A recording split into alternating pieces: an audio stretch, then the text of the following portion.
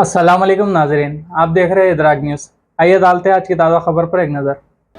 అంబేద్కర్ గారి పైన అనుచిత వ్యాఖ్యలు చేసినందువల్ల దేవుని పేరున తీసుకోండి, అంబేద్కర్ గారి పేరు ఎందుకు తీసుకుంటారని చెప్పడం వల్ల ఈరోజు మహబూబ్ నగర్లో నేను అదేవిధంగా మా సిడబ్ల్యూసి మెంబర్ వంశీచంద్ గారు, మహబూబ్ నగర్ ఎమ్మెల్యే ఎన్ఎం శ్రీనివాస్ రెడ్డి గారు, దేవరకద్ర ఎమ్మెల్యే జిఎంఆర్ గారు, అదేవిధంగా మా మార్కెట్ చైర్మన్, మా మున్సిపల్ చైర్మన్, మా మాజీ ఎంపీటీసీలు, జెడ్పీటీసీలు, సర్పంచ్ అందరూ ఇక్కడ రావడం జరిగింది.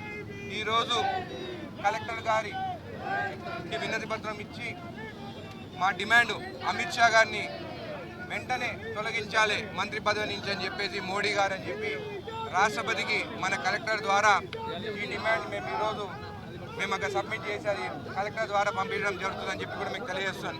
ఇంకొకసారి ఈ బీజేపీ నాయకులు మా బాబాసాహెబ్ గారి పైన మరొకసారి మాట్లాడితే వాళ్ళ నాలుకలు కూడా కోసి పారేస్తామని చెప్పి కూడా మీకు తెలియజేస్తాను.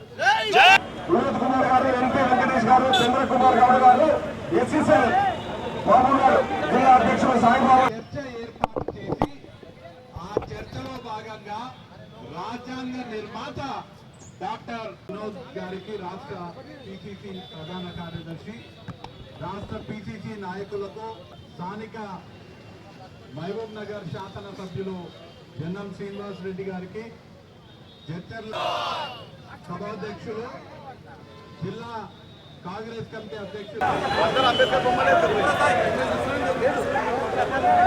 పార్లమెంట్ లో ప్రారంభించిన సందర్భంగా కాంగ్రెస్ పార్టీ తరఫున మల్లికార్జున్ ఖార్గే గారు రాజ్యసభలో